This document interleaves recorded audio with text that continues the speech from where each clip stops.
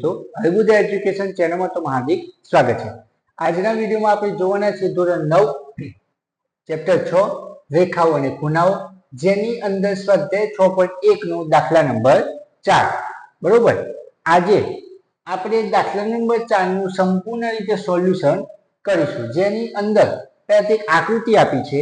આકૃતિની અંદર જો વાત કરીએ તો આકૃતિમાં જો x વત્તા y એટલે કે આ x વત્તા y બરાબર શું છે w વત્તા z।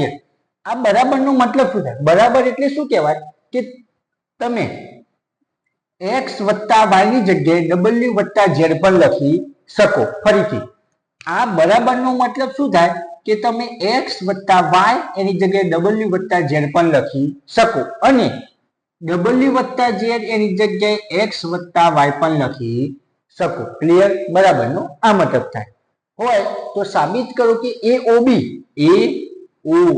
રેખા છે। હવે હું અહીં વાત કરું આકૃતિની અંદર એક રેખા છે AB। કઈ રેખા છે? AB। જ્યાંથી આ એક છેદન બિંદુ છે, એમાંથી OC અને બીજી રેખા OD। ક્લિયર? ચારે બાજુએ ખૂણા આપ્યા છે। શું આપ્યું છે? ખૂણા। હવે વાત કરીએ તો આની અંદર AOB રેખા છે, કેવી રીતે સાબિત કરશો? બરોબર, તો એની અંદર જો શું કહે તો વર્તુળની અંદર યાદ રાખો, વર્તુળની અંદર આખું વર્તુળ તમે ફરો, આખું વર્તુળ કેટલાનું થાય? 360 ડિગ્રી। કેટલાનું થાય? 360। જેમ કે હું વાત કરું આ ચાર ભાગ, આ ખૂણો 90 નો, આ પણ 90 નો, આ પણ 90 નો, આ પણ 90 નો, તે આખું વર્તુળ કેટલાનું થયું? 360। કેટલાનું થયું? 360 ડિગ્રી। કેટલાનું થયું? 360 ડિગ્રી। એ જ રીતે આની અંદર આખો ભાગ ફરે, x w z y આખો ભાગ ફરે, આખો ભાગ કેટલાનું થાય? 360 કેટલાનું થાય? 360। અહીંથી શરૂ કર્યો x w z y આખો ભાગ, આખું રાઉન્ડ ફરો તો કેટલાનું થાય? 360 ડિગ્રી। કેટલાનું થાય? 360। પહેલા તો રકમમાં શું આપ્યું છે એ લખી લેજો કે x વત્તા y બરાબર w વત્તા z આપેલા છે। ક્લિયર? હવે આખાનો સરવાળો કરીએ, કોનો? x વત્તા w, ક્લિયર? x વત્તા y કરીએ, x વત્તા y વત્તા z વત્તા w બરાબર 360 ડિગ્રી। કેટલા થાય? 360। કેમ? કારણ કે આખું વર્તુળ તમે ફરો તો કેટલાનું થાય? 360 ડિગ્રી। કેટલા થાય? 360। બીજી વસ્તુ, હવે તમે x વત્તા y જુઓ, x વત્તા y યાદ આપો, શું છે? x વત્તા y, x વત્તા y અથવા તો z વત્તા w લઈ જાય। ચલો z વત્તા w એને તમે શું લખી શકો છો? x વત્તા y। શું લખી શકો છો? x વત્તા y। કેમ? કારણ કે બંને કેવું છે? સરખું। એવું જરૂરી નથી કે z વત્તા w ને x વત્તા y લખી શકાય, x વત્તા y ને પણ w વત્તા z લખી શકાય। ક્લિયર? તો આની અંદર શું કરશું? x વત્તા y વત્તા z વત્તા w છે, z વત્તા w તો w વત્તા z એની જગ્યાએ આપણે x વત્તા y મૂકીશું। કેમ મૂકીશું? કારણ કે બંને કેવા છે? સરખા। કેવા છે? સરખા। તો z વત્તા w ની જગ્યાએ મૂકું હું x વત્તા y બરાબર 360 ડિગ્રી। ક્લિયર? સમજાઈ ગયું? પડીજી ખબર? આવી જાય। હવે જુઓ x x વત્તા x કેટલા થાય? 2x। કેટલા થાય? 2x વત્તા y વત્તા y કેટલા થાય? 2y બરાબર કેટલા? 360 ડિગ્રી। કેટલા થાય? 360। હવે જુઓ અહીં પણ 2x, અહીં પણ 2x, આ બંનેમાંથી બે છે એ કોમન લઈ લઈએ। કોમન એટલે શું? બંનેમાંથી બે બહાર લઈ લઈએ। તો હું લઉં બે કોમન, મેં બે આમાંથી બે કાઢી લીધા, આમાંથી પણ બે કાઢી, બે બહાર કાઢ્યા, તો અંદર શું રહ્યું? x વત્તા y બરાબર 360। ક્લિયર? સમજાઈ ગયું? આગળ બે ગુણાકારમાં છે, અહીં આવશે તો ભાગાકારમાં, તો અહીં શું વધ્યું? x વત્તા y બરાબર 360 ભાગ્યા 2, 180 અંશ ગુણ્યા 2 બે ઉડે તો x વત્તા y બરાબર 180. x વત્તા y બરાબર 180. હવે જુઓ આ x અને y આ બંનેનો સરવાળો કેટલો મળ્યો તમને? 180. કેટલો મળ્યો? 180. હવે બંનેનો સરવાળો કેમ 180 મળ્યો? કારણ કે આ ખૂણો અને આ ખૂણો બંને એક જ રેખા પર આવેલા છે. શેના ઉપર આવેલા છે? એક જ રેખા ઉપર. તો આ જે જોડ બને છે એ કેવી કહેવાય? રૈખિક. કેવી કહેવાય? રૈખિક જોડ. હવે તમને તો ખબર જ છે કે આ x અને y રૈખિક જોડ ત્યારે જ બને જ્યારે બંને ખૂણા રેખા ઉપર આવેલા હોય ત્યારે. સમજાયું? આ x ખૂણો એટલે કે આ રેખા ઉપર આવેલો છે, આ y ખૂણો એટલે કે આ પણ રેખા ઉપર આવેલો છે. તો હું લખું x અને y બંને ખૂણા રેખા AB પર આવેલા હોવાથી માટે AOB રેખા છે. ક્લિયર? સમજાય ગયું? સિમ્પલ હતો. x વત્તા y વત્તા z વત્તા w બરાબર 360. તમે w વત્તા z ની જગ્યાએ શું લખ્યું? x વત્તા y. તો 2x વત્તા 2y બરાબર 360. બંનેમાંથી મેં બે બહાર કાઢી લીધા એટલે કે કોમન લઈ લીધા. તો બે ભાગાકારમાં આવી ગયા. તો x વત્તા y બરાબર 180. હવે બંને ખૂણા તમે જોશો એક જ રેખા ઉપર છે. આ ખૂણો આ રેખા ઉપર અને આ y ખૂણો આ રેખા ઉપર.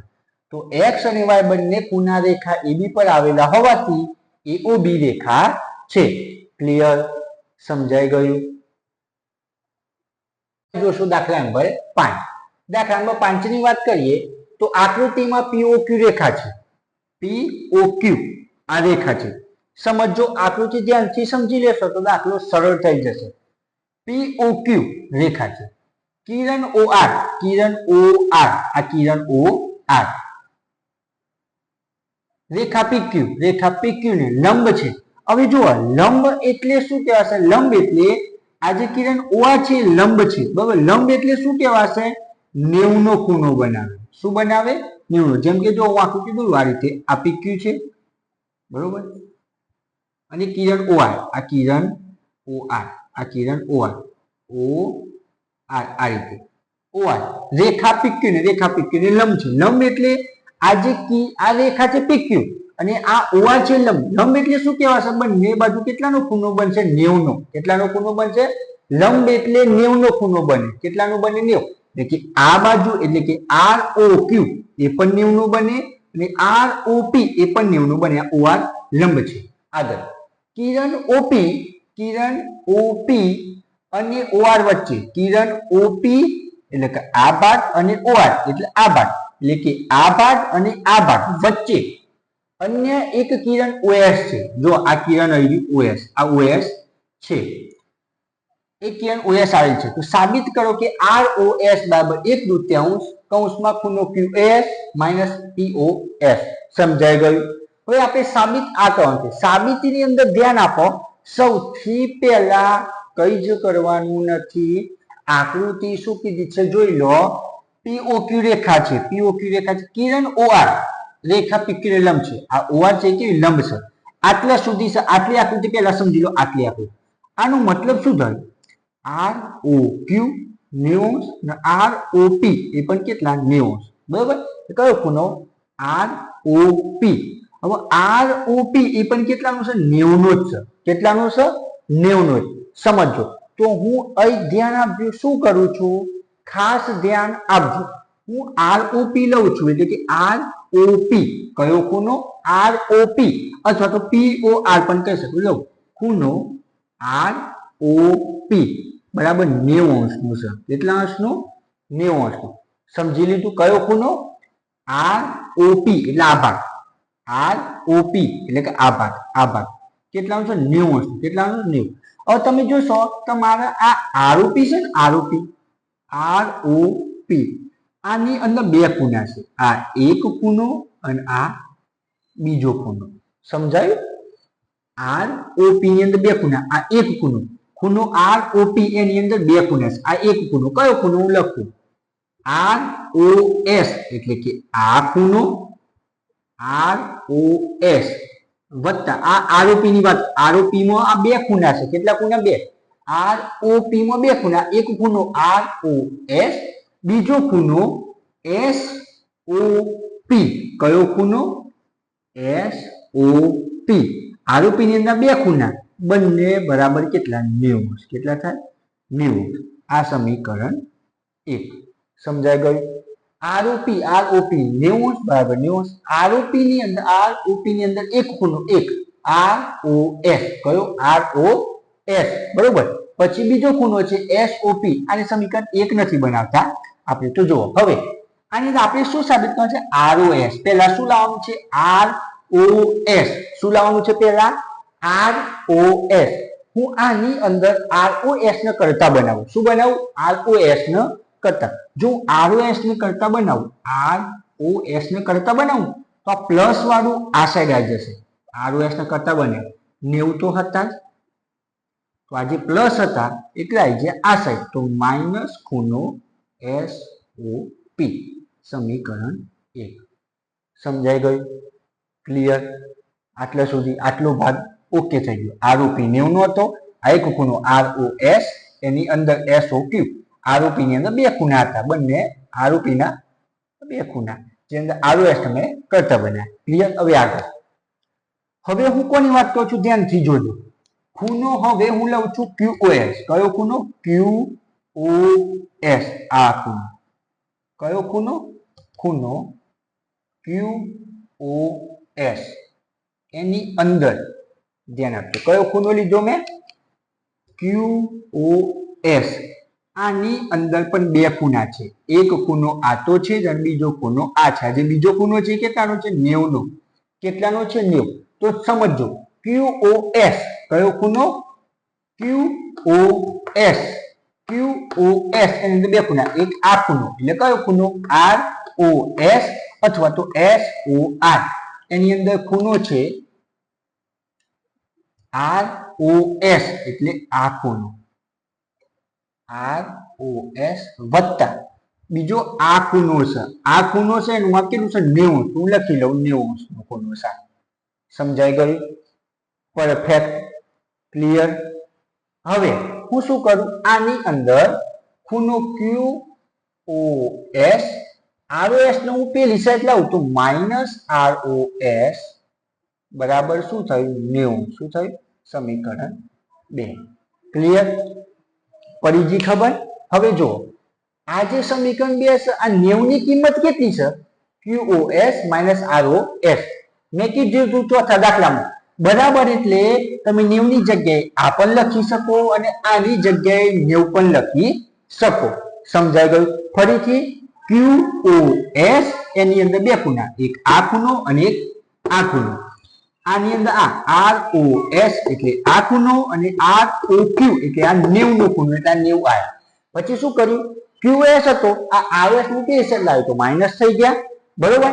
તો આની અંદર હવે હું શું કરીશ?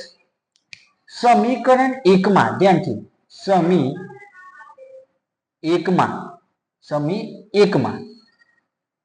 ફરીથી સમી 1 માં યાદ રાખજો, સમીકરણ 1 માં 90 અંશની કિંમત મૂકતા. કોની મૂકતા?